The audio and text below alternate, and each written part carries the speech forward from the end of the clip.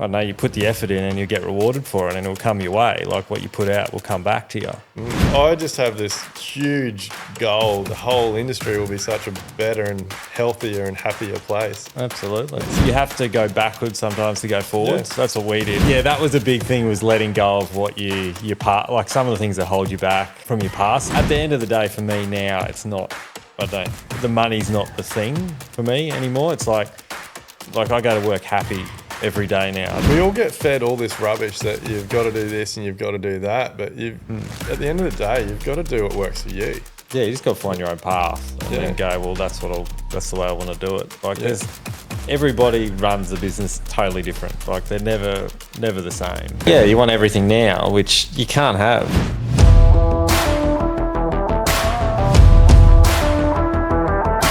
G'day guys, welcome back to another episode of Level Up. We are back in the shed this afternoon with another cracking episode coming your way.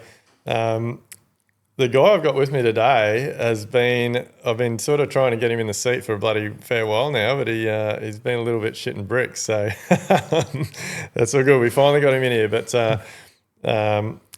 Eric from Vielle Constructions, how are you, buddy?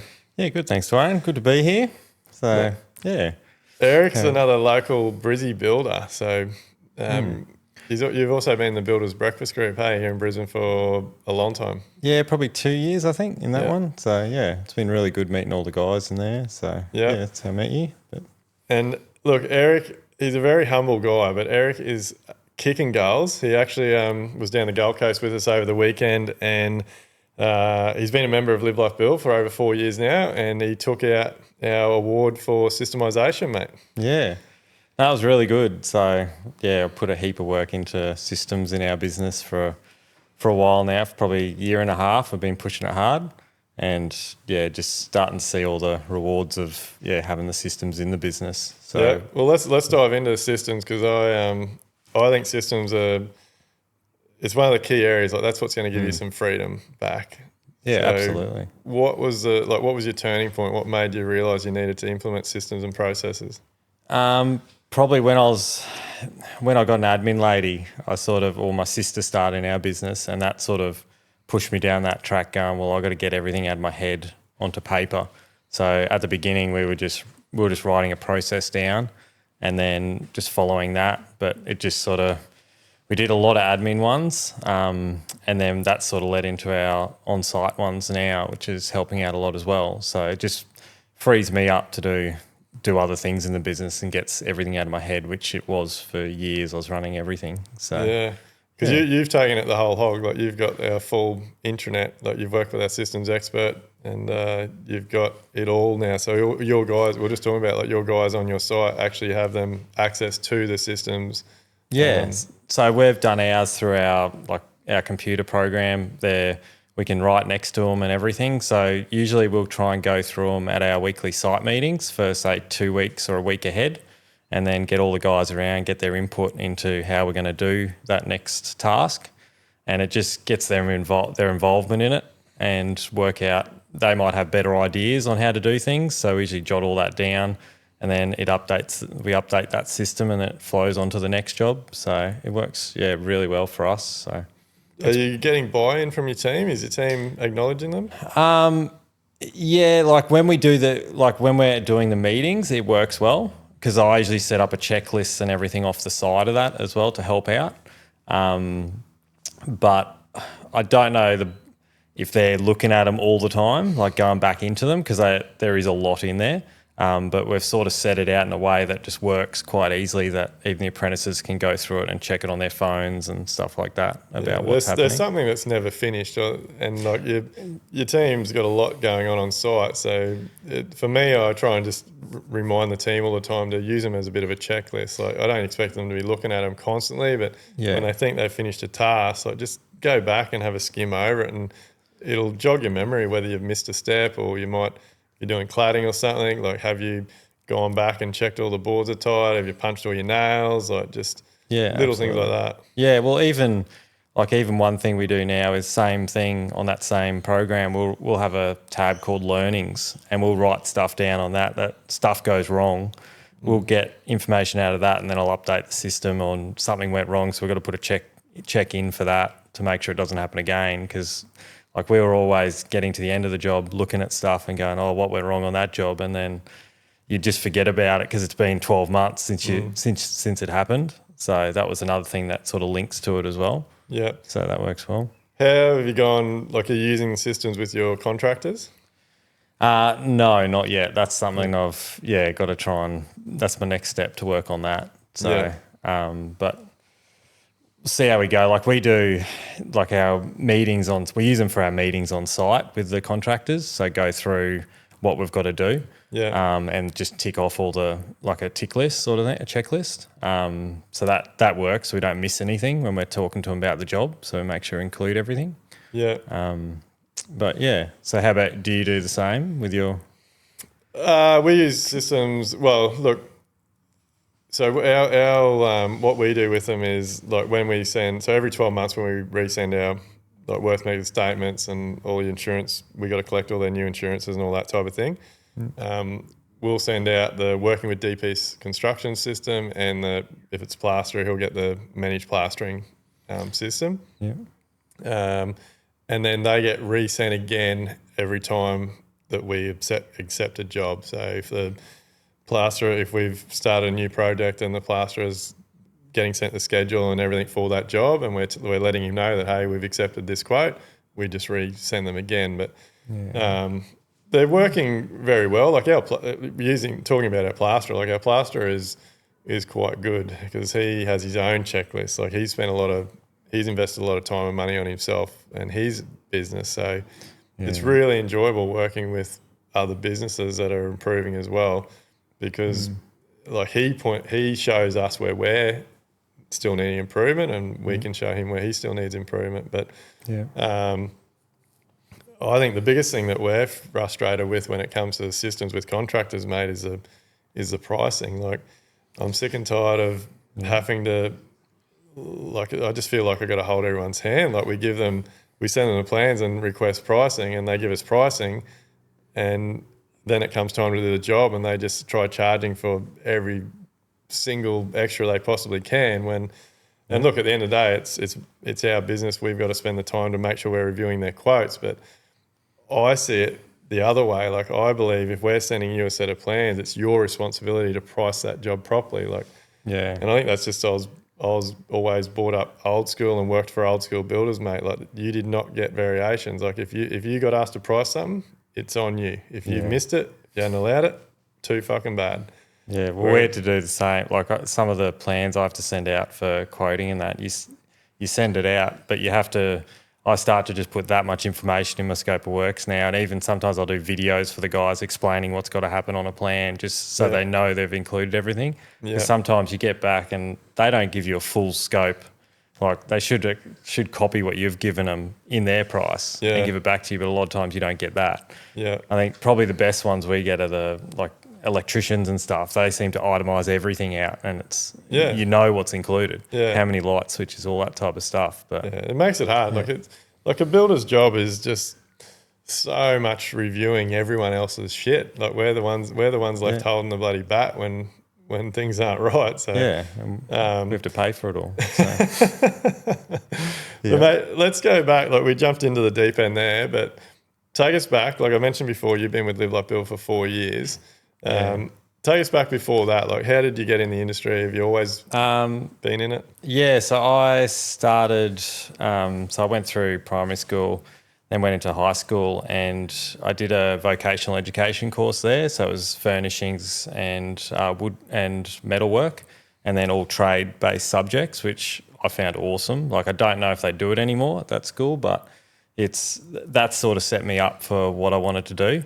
And so through that, you do 1 day a week work experience on it. So every Friday I did work experience, and I did it with a Brisbane-based builder, and he was an old school builder that does everything, roofing, all the concrete, everything. So that was really good having the experience with them. And then I did that for 2 years. Didn't get paid a cent like the school-based apprentices this time.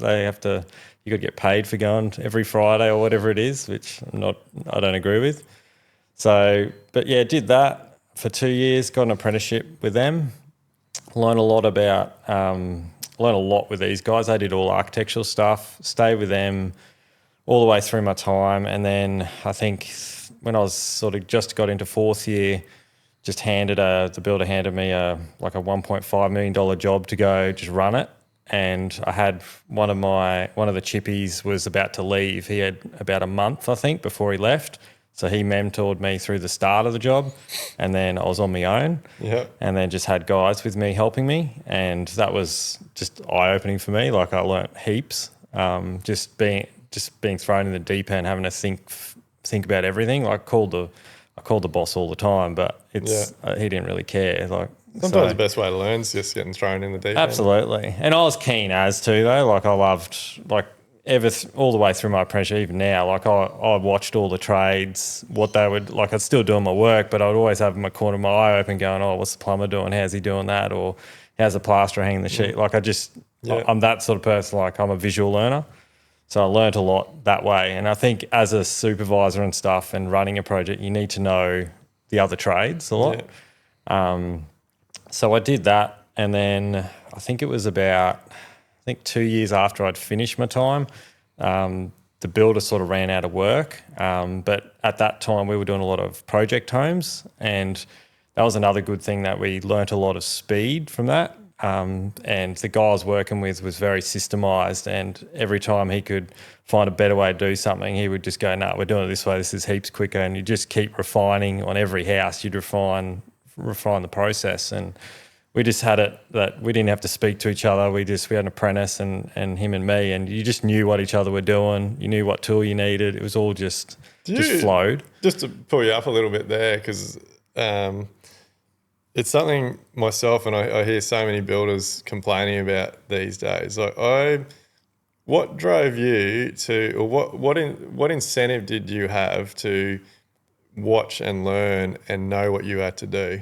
Because I even see it with my own team now with some of the carpenters and the younger guys. Like they stand back. Like there's no thinking ahead. It's no like, oh, well, shit, he's doing that there, so I should be doing this here to stay ahead of him. Like, yeah. Like I don't know what it is. Like I was taught old school, and I don't know if it was the fear of the boss kicking me in the ass or the yelling or whatever it was. But like well, for me, I was in a great with a great builder. They weren't aggressive or anything. Like there was never yelling or anything like that. They were just really nice. But I think I was driven. Like I knew from when I was apprentice that I'm like, no, I want to be a builder. That's what I want to do.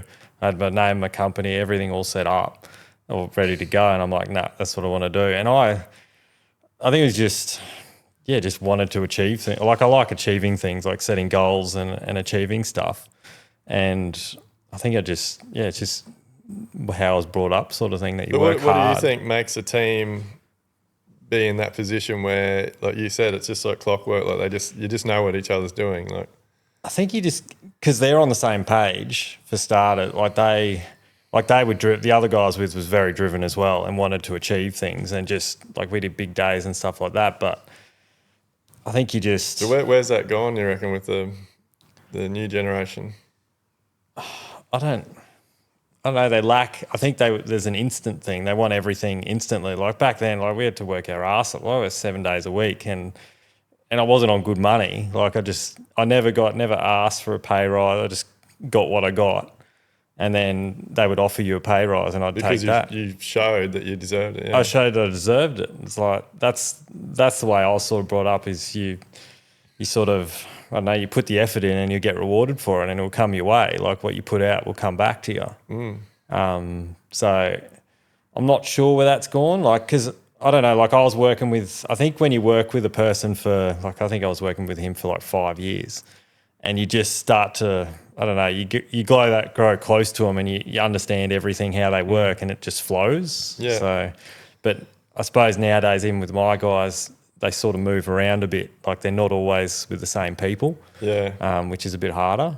I do think that's harder, and I think that's probably something that affects my business. Like when you grow your business and you end up with a big team, like when I work with the same two guys, like most of my apprenticeship. So there's and I try and swap them around. Like I try and get the let the apprentices have different experience with different carpenters. But yeah, I think that I do the same, but I think sometimes it shoots me in the foot because they have to learn another way how they work, like the carpenter works. So I don't know. It's hard to keep everyone happy at the same token. So, but then you get to a point where it's like the point we're at now. It's like, do I need more guys, or do I just stay where I am and sort of just keep it that size? It's hard. So it comes with new challenges.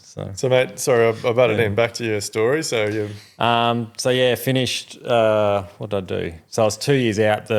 Basically the builder ran out of work. So I'd already started my own company structure. So we were subbing for the builder. So I do 100% his work, but then he got a bit quiet. So I had a mate from the cycling club I was with. He was a developer, and he was trying to get me to start and go and work for him. So I ended up doing that and worked hourly rate on. They basically did 6-pack unit blocks where they would refurb them, the old ones, and 10-pack unit blocks. So we'd just go in and just smash those out and get that done. Did that for probably 2 years, and then in amongst that we built the developer's house, which got us in with an architect, and then we did another one for the other director of the company, and then I ended up basically downsizing because the mate that I was with for a long time, we sort of had a falling out, and the apprentice had left, and then it was just me left, and then I just went, well, stuff it, I'll just go and do my own thing, sort of thing. So I ended up working out at Somerset Dam for a mate, building his house out there, so backwards and forwards. And then I got to a point where I worked out I can't work by myself. I just started talking to myself every day. So I'm like, screw this. So I went and had another job lined up with a developer for his next house. So I did that and started just getting more guys. So I ended up, I think, back at about. So were you the builder for the developer? I was under my license, but it was all like basically cost plus, but they would pay for all the materials. So it was me just getting paid for my labour. But back then I didn't know how to run a business, so I wasn't making any money off these. Like it was just turning over money, and I was. Sounds good at the time, eh? It sounds good because you guarantee this work, but you're not making anything. The bank account's never going up. You just see it stagnant, just stays there, and just like, what the hell am I doing all this for? Like, I'm taking the risk with my license on it. I did a post last week on my socials, basically just saying how mum and dad investors and developers are taking advantage of builders that don't understand how to run their business. And I got sucked into that for a long time. Like I thought, oh man, I must be doing good. Like this developer wants me to do all this work, and like it's guaranteed, and he's got all this work, and I'm like, awesome. But all they're doing is taking advantage of you and I because we didn't know what we should have been charging, and exactly. They're the ones that are making all the money. Yeah, exactly right. So, did that for a bit, and then I got in with one of the architects that we kept doing work for after that, and that sort of kept us going in high-end architectural stuff.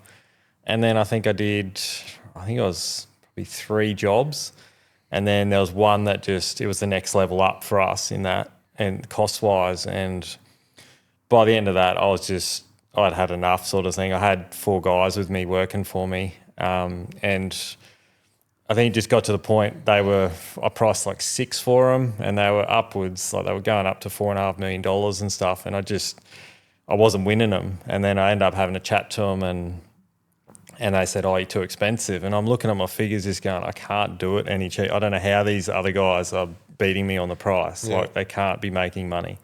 And that's back when you weren't doing things right. That's when I wasn't doing anything right. So I basically on that last, I remember the night, like I was pricing it, and I basically just burst out in tears in front of the computer because I was doing it. All I did was it was all at night because I was on the tools every day, and I'd price it and I'd just look at myself and what the fuck am I doing? Like pricing all these jobs, and I know I'm not going to get it, and yet I'm like I knew that one was just a price check for the client.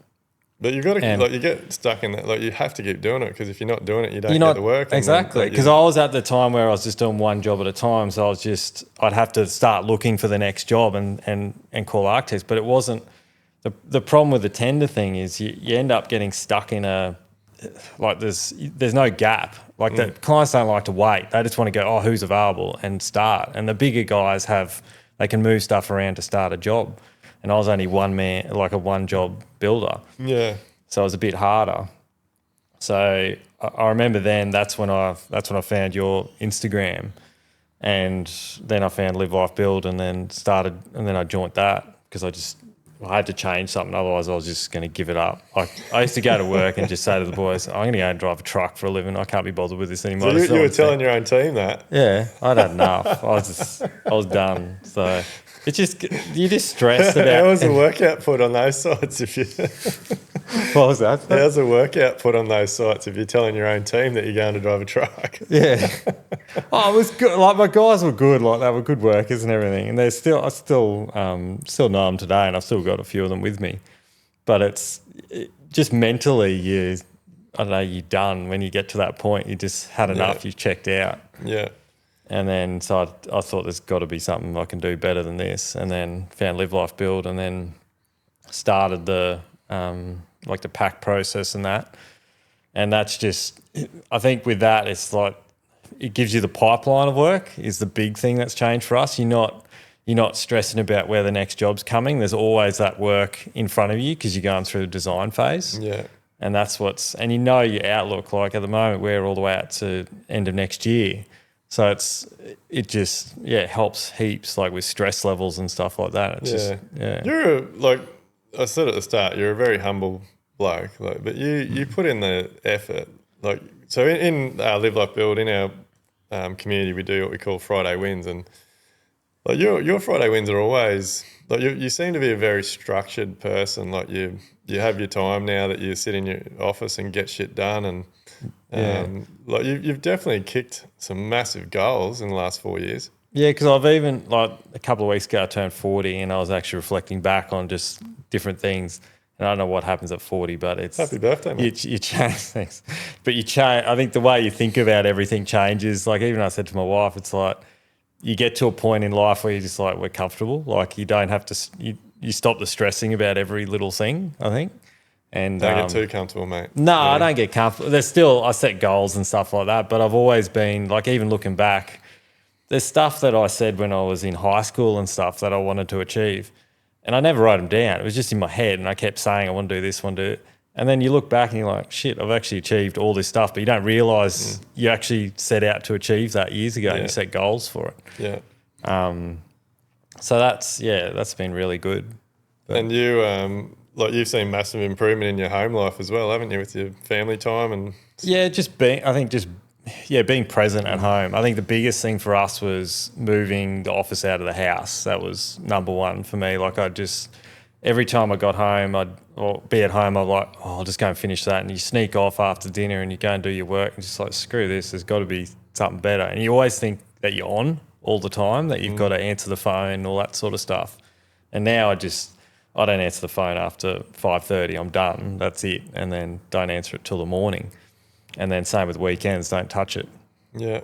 So it's just being able to just separate the two, like have your personal life and your work life and just separate them and work out ways to control that. Yeah. So, but yeah, just having the office away from home was a massive win for us. And then that also allowed us to put an admin person on, which started with my sister for a couple of years and then moved on to another lady now that does all our stuff. And that's another thing that I think admin's the biggest thing that changed our business, is just getting everything, like all the little stuff that I don't have to do. Everyone needs help, mate. Like it really, it's a bit of a passion now and something I want to try and help as many tradies and builders as I can. Like it's not fair that tradies just work their arses off all day, every day on site, get home, have dinner, maybe not even spend any time with the kids, and then spend hours in the, like I see it now, some of the times that my contractors will send emails through, and I think, fuck, like, and I talk to them about it on site, like, what are you doing? But they're all sort of too head down, bum up to. But I think there's some people are too scared. I know I was at the beginning going, oh, what are they going to do for all these hours and stuff like that? And I'm like, you don't realise how quick you can fill their time. Like, I could fill another lady's time now with admin stuff if I wanted to. You still got a VA? No, so I never went down that path. I sort of need someone sitting next to me. That's just the way I am. Yeah. I struggle. Like I struggle with reading and writing and all that sort of stuff. So that was something. Like my admin lady, just if she she reads my stuff and and fixes all the spelling and all that stuff up before I send Same, stuff, mate, same. because I'm just hopeless. But it's just nice, I think, having someone next to you to speak. I know it costs more to have someone there, but she's that efficient at what she does. So I think that's a really important lesson. But for people that are listening, like I do the same. Like we've got multiple people in the office, but I do spend a lot of time sitting beside them. But because I'm the same. I'm dyslexic. I can't spell. Like I whatever it is, I think, is it Grammarly or something we have on our computers now? Like I do an email, mate, my every line's just red and green and yellow. Like, yeah. And then sometimes you click and I'm pretty sure it's not even in spell check, the word you try to go, and then you go to I use the dictator one. That's even better. And write it all out that way and then check it. But I think there's always, like, I let that sort of stuff hold me back for such a long time. Like there's always a way. Absolutely. And I think, like, obviously knowing your numbers and your data is a big thing. Like, you've got to be able to know your numbers so the business can afford to employ the admin staff. But like, I just have this huge goal that by the time I leave this planet, like, tradies will understand the value. Like they'll do their 8 or 9 hours a day. They'll go home, spend time with their family because they'll be structured. They'll make money. They'll have someone in their office helping them, and the whole industry will be such a better and healthier and happier place. Absolutely. But I think you got to go. You have to go backwards sometimes to go forwards. That's what we did. I didn't have it in our overheads calculator to have a admin lady on. I just went, well, stuff it. It actually worked out pretty good. My sister was put off during COVID, so that's where she came and worked for me then, and that just worked out really well. But yeah, sometimes you have to go backwards. It'll cost you money, and it cost us money at the beginning, but then we reap the rewards of it now coming through. Yeah. So. And you're 100%. Like, sometimes you got to take a pay cut, don't you? Like, yeah, absolutely.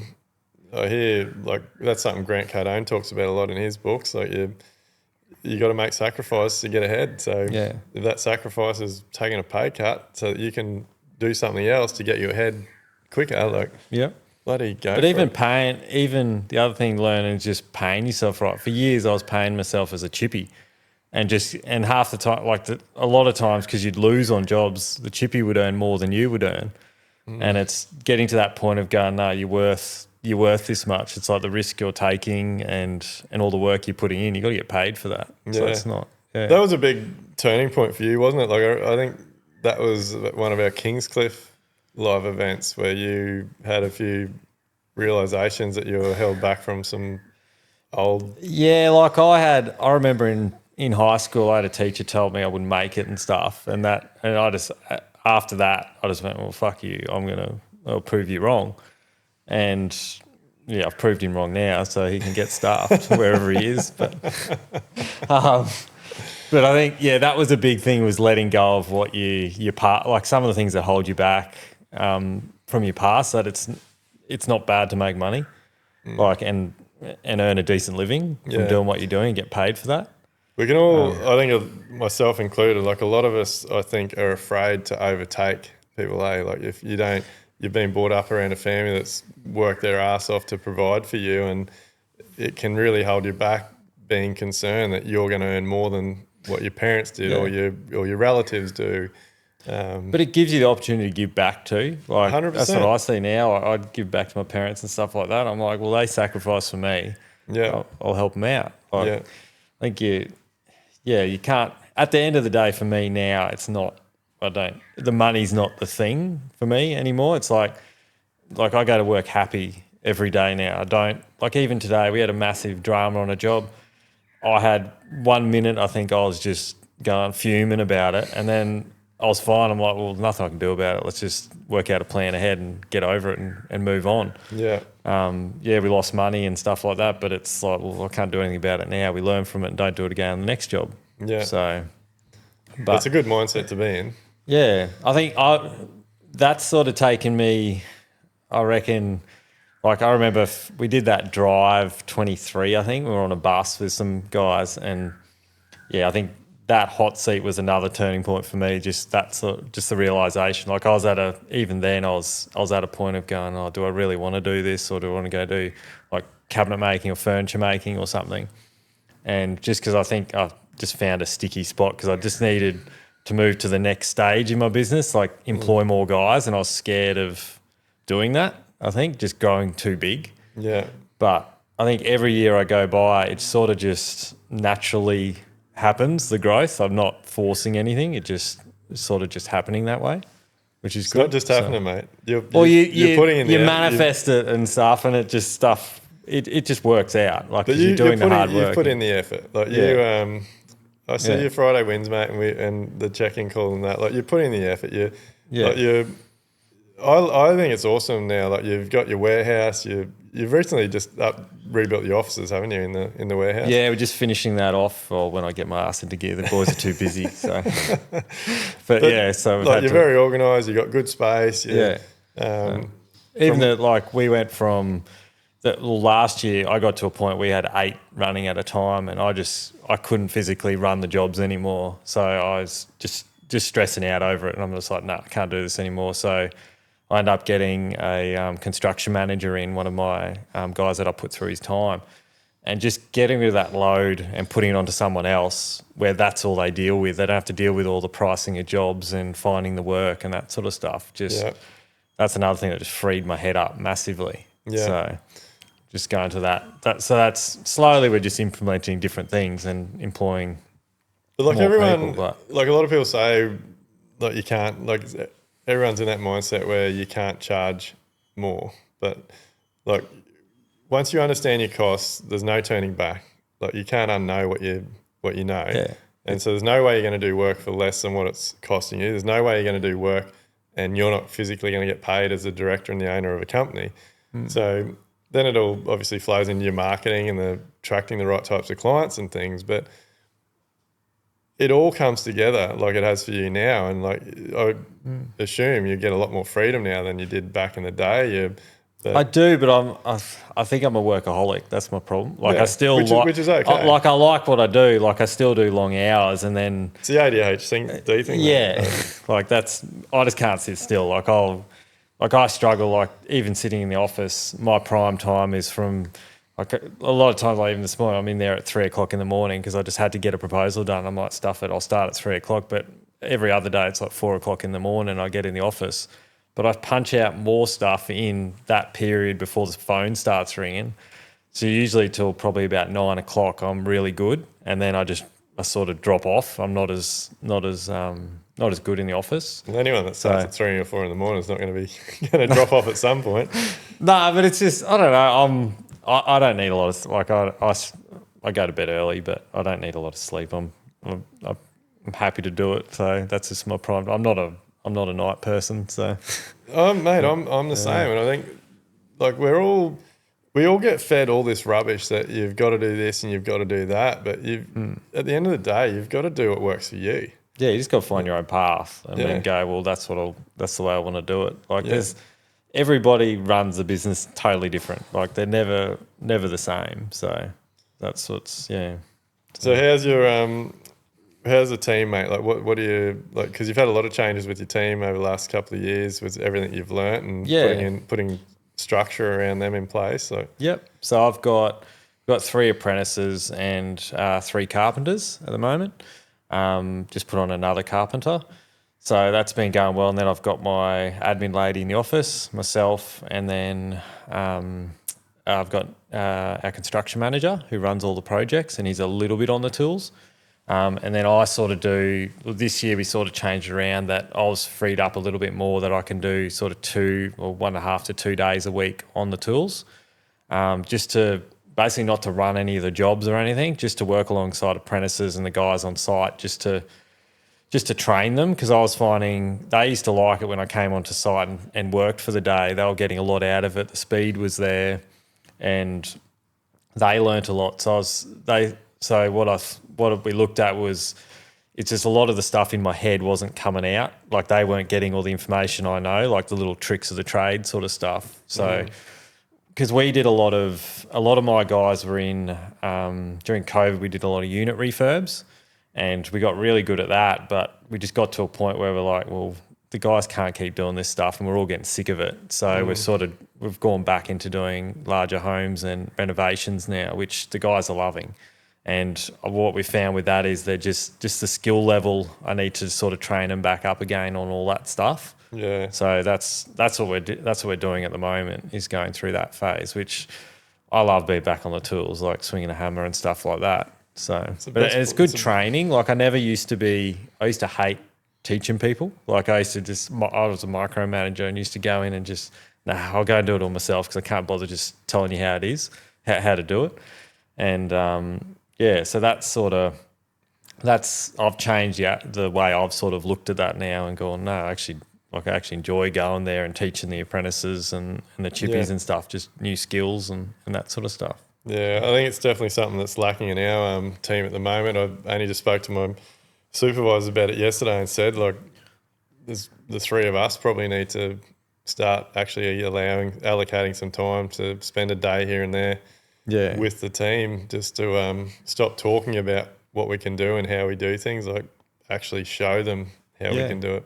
Yeah. And it definitely makes a difference. I'm the odd Saturday I'll work with the boys, all the teams on site, but actually going in and doing a full day's framing or fitting out or something like that, I haven't done for a very long time. Yeah. Yeah, well, I do it in the shed and sometimes get the apprentices to come and help me in the shed or whatever. Like I'll go out and do Saturday out there, but it's definitely good training them. You see them grow too. And I think that's the other thing is, like, you see pretty much, except for one guy, I've trained every single one of them through that we've got at the moment. And just seeing them, like, everything you've taught them is pretty much what it's all coming to fruition sort of thing. So how do you think it compares to when, like you mentioned before, when you were on site and everyone, like your boss had lots of system processes, everything just flowed. When you're doing project builds, it got a lot quicker. Yeah. How do you flow that through into your team? Well, you got to try and, I think you got to work out what drives them to begin with, I think, to see where they want to get to. And like I got one at the moment he's just pushing to get somewhere, and I'm like, okay, I'll help you get there. And he wants to be an open rise builder and that. So I'll help him as far as I can get and teach him and that, but he's willing to learn and take on things. And I don't know, with like the way I had it when I was like doing project homes and stuff with a chippy and apprentice, it sort of flowed really well. But I think it was a time thing, like we were saying, like together, having the same guys all together, you learn to read each other. And even like a guy that used to work for us, we were the same. And it was probably only like worked together on my jobs for probably 4 years or something, but you just know, like, do you know how even just passing a nail gun is just the simplest thing? Like, do you know how you pass it with a handle facing the perch? Just and a drill, just simple things like that. It's just, and you know, like you could put your hand behind you and that person was there already with whatever you wanted. Like I still don't know how I think that just comes with time. If you keep the same guys together, it sort of flourishes, like their relationship, I suppose. I don't know. I'm searching hard for it. I'm struggling to find it at the moment. Yeah. The younger generation just doesn't, like, I don't know, it might piss some people off. They just don't seem to have that, like their mind's always occupied with shit they've seen on Instagram or something, I think. Like they're never fully focused on what they're doing. And if they do have a split second, instead of being prepared, they'll look at their phone for 2 minutes. Yeah, and it opens up another can of worms in their head. Yeah, and then it really shits me. Productivity on, I forget the figures. There was a study only a couple of months ago that was saying like productivity in construction is massively down from where it was only like 5 years ago.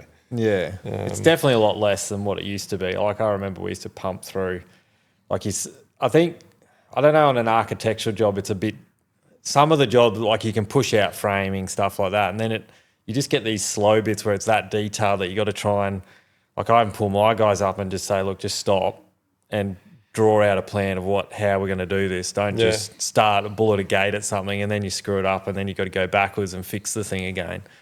So I know with project homes, you can just punch out. You don't even have to think because you've done that many of them. It just gets done. But as much as I hate to say it, I almost think that every apprentice should be compulsory that they do 12 months with a volume builder. Yeah, I think so. Yeah, definitely. It just, well, even not that. Like when you finish your apprenticeship and you start contracting or something, like you should be made to a few frames on a project rate so that you can learn that if shit's not done, you don't make money. Yeah.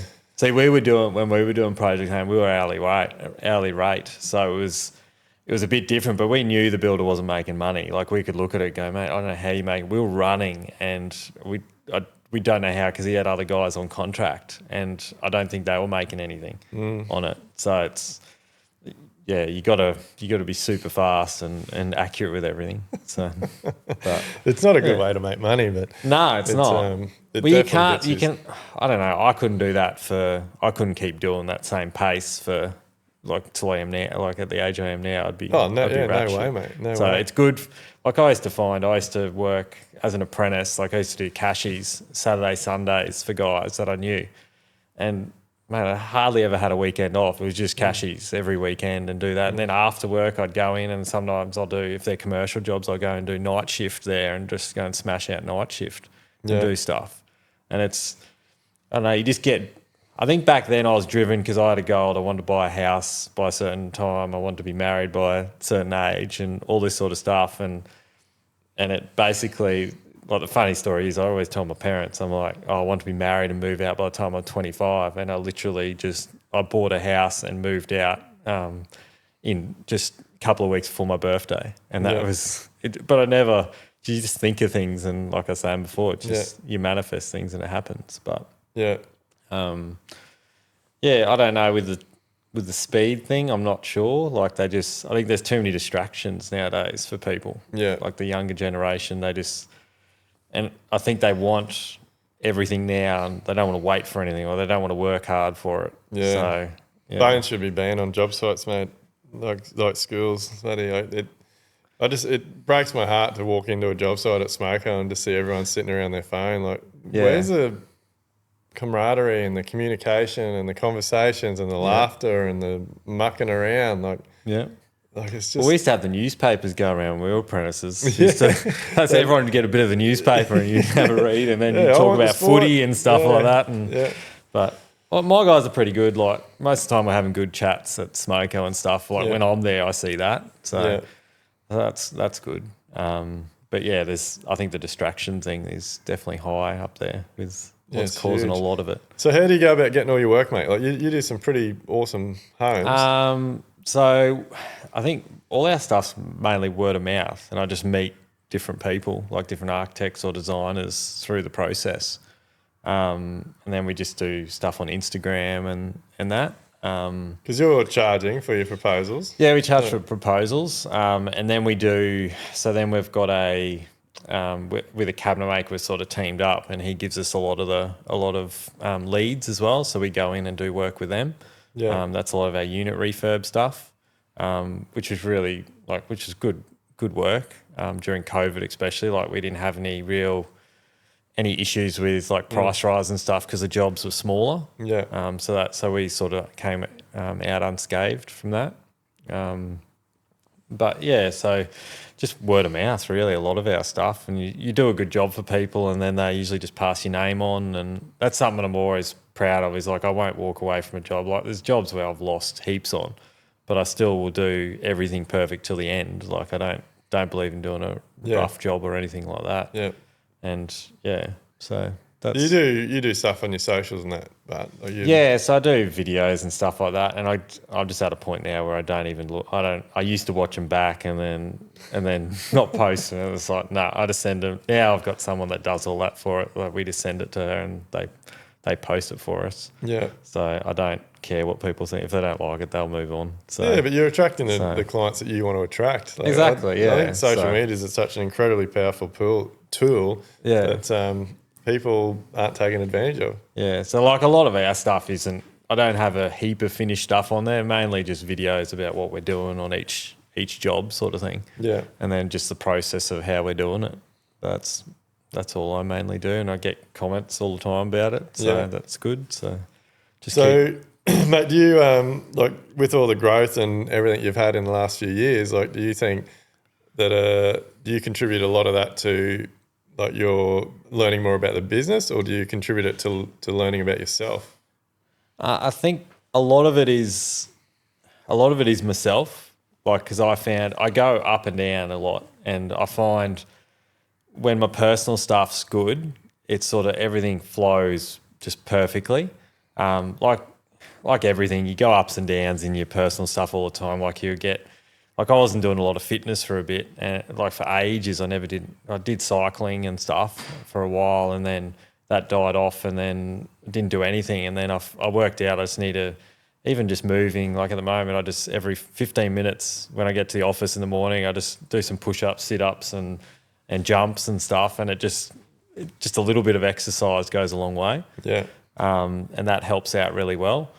And then I think just setting goals, like when we do the 6P wheel and stuff like that, it just, you know the bits you got to work on, and when the personal's down, I always go to the personal first and try and get that right, because other stuff just flows off that really well. So what are you doing with your personal stuff? Like what type of things do you have? You got a set routine and exercise and stuff? Yeah, so that's pretty much, so usually in the mornings I get to the office most mornings like 4 o'clock, 15 minutes. I just do push-ups, sit-ups and do sort of burpees and stuff like that, and just wake up for the morning, sit down, have a coffee, and that's pretty much my exercise. And then I'll take the dog for a walk, usually like 2 times a week, and then on the weekends a bit more. Yeah. So and that just, I think even just going for a walk by yourself, you clear your head, like no phone and stuff like that. I think I learned that from another guy. He just leaves his phone, like you just leave your phone at home, don't bring it for a walk. You just go back old school and just go, well, I'll work it out if something happens. Yeah. And it just, you're disconnected. I think that's why I really craved going camping and stuff just to get away. Like when I was stressed and stuff, I'd just go away and you just de-stress. And I'd usually say on the way, coming back into the city, you're like, oh shit, here it comes again. All the stress. It's I don't know what it is. You like come back through Toowoomba or coming down the coast, and you're just like, oh shit, here it is. I got all the stress again coming back. But that was years ago. That's how it was. But now I don't. Like I said before, I don't seem to stress as much as what I used to. So, you're in control, mate. The business isn't. You're in control, not the business. Yeah, exactly. Yeah. So yeah, that's been really good. But yeah. And you're doing like you've done some pretty cool stuff with the family, like since you've got everything together now and making money and stuff, you've done all your backyard, put a pretty freaking awesome pool in. Put a pool in and stuff like that. It's just goals we've had that we just wanted to achieve, and I just went, well, stuff it, I'm going to do it. So I did something for the family finally, and then like next year I've booked a holiday. I was down south to the snow, just simple things like that I would never have done because we didn't have the money sort of thing. I wasn't paying myself right. And I think once you know you've got the money, the income coming in that you're supposed to be getting paid, you can do these other things that actually make you happy, and you can relax and take your family out. Like even just like the amount of times like we take the family out places now. Like I never used to. I was a tight ass. Like I never liked spending money at all. And then now I'm just like, well, you can't take this shit to your grave. Like you may as well. You may as well spend it with your family and use it and have experiences is probably our biggest thing that we do. It's all about the experience, isn't it? Yeah, like things don't do it for us anymore, like my wife and I. It's more just having an experience with the kids and stuff like that. It's like items are just items. Like you get the thrill of going to buy like the tool or whatever, but Fucking lasts the for next 5 day, seconds. it lasts for, you're over it pretty bloody quick. By the time you open the box, Yeah. and look at it. It's where's the next one? Yeah, exactly. You're trying to find that other endorphin hit. So it's Yeah. like, So, but yeah, You get out a bit, don't you, and do a bit of camping. We yeah. because we during COVID, my daughter got Yeah. COVID during COVID. Like we did that trip, and I had to pull out. Yeah, I like, remember that. We partway went to through do it, that but- one. Yeah, it was one of my kids. So it was good. But that was pretty cool, eh? Like I think you're a bit like me. Like you like getting out in the country and exploring and stuff. Like we went and visited that old sawmill. Yeah, all that was amazing. Like I'd love to go back out there and see all that. Like any of that stuff, like any of that sort of like that history stuff around like Gympie and stuff around there is just lovely to go see. But yeah, like we used to go camping fair few weekends during the year and that, but we haven't lately. We've sort of gone away because we've done the whole like Amex thing that you guys put us onto and use points for stuff and go for flights and that. So that's been really good. Yeah. So, but once you've been in a nice hotel and that, it's hard to go back to a bloody swag or a tent. No, it is. It makes you appreciate things. I'm heading does. up next week for 2 weeks doing that charity rally again. So I've got 2 weeks in the swag this time, but. Oh, nice. the middle of Hopefully it's not a nowhere. leaky one. You'll be right. Nah, it's not a leaky one, but I'm really looking forward to it. Just getting out in the stars. I think I'm a bit overdue for a bit of me time. Just and actually, it's from the someone from my Level Up experience has won the that's co-driver. right. So Yeah. I've got to make it all the way from here to Broken Hill and back on my own. Like he's going to meet me down there. Oh, yeah. So I've got 4 days there and 4 days back to just Jeez. cruise some back roads and You can do a lot of thinking in that time. crank the tunes, and I'll be swagging it on the side of hopefully some billabong or creek somewhere, just chilling out. Oh, Buddy. wicked. That sounds like a lot of fun. Oh, mate, I can't wait just to take some time out. But, It's, mate, I really appreciate your time. Like, before we get out of here, is there anything that you'd like to mention to listeners? Like, I guess for someone out there that's thinking that life's shit, life's hard, business sucks, like I'm not doing the right thing, like what sort of advice have you got for those types of people? I think you just got to believe in yourself that you can do that. Things can change. Like you got to get in contact with the right people.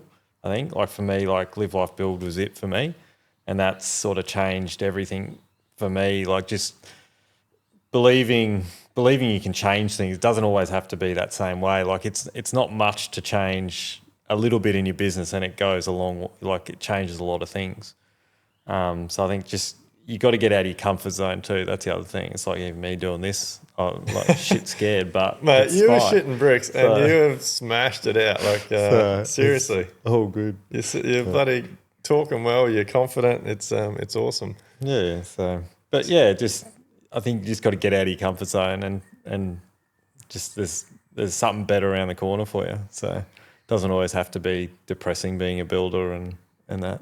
What about timing? Like everyone talks about timing. Like it's not the right time. I can't afford it. Like Well, you just got to go, like I said before, go backwards. Like sometimes you just got to sacrifice not going out to dinner and stuff like that and just save your money that way and go, well, okay, to get ahead, you got to go backwards. So you just got to sacrifice things, but you got to be willing to do that and you'll succeed, I suppose. Everyone in this that's what we do. day and age wants both of everything, don't they? Yeah, you want everything now, which you can't have. Like you got to do the hard yards to get to that point. And then once you get to that point, it just everything seems to flow a lot better.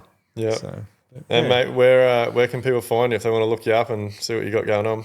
we're on Instagram, just under Vielle Constructions, and Facebook, and then on the website as well. So, yeah, just get on there and you can flick us a link, flick us a email through the inquiry form, and yeah, all good. Excellent. Well, mate, I really appreciate your time, and I really appreciate how humble you are, and like you've definitely you've come a very long way in the last 4 years, and I'm super proud of you. And Lottie hasn't done netball this year, but we were running into Sarah quite a bit at the netball courts, and you could just you can just feel both your energy is so much better than it was when we first met 4 years ago. So, mate, keep smashing it out and keep doing what you're doing, because it's paying off not just for you, but for your family as well. Cool. Thanks for having me on. Appreciate it. No worries. Well, guys, thanks for watching. Make sure you like, subscribe, all those types of things. Share this podcast with all your friends so we can continue to make this Australia's #1 construction podcast. If you haven't been to my website yet, duaynepearce.com, make sure you go there and purchase your merchandise. We want every tradie in Australia wearing some form of level up gear so that we can, everyone can help my mission to create a new building industry. Look forward to seeing you on the next one. Are you ready to build smarter, live better and enjoy life? Then head over to livelikebuild.com/elevate to get started.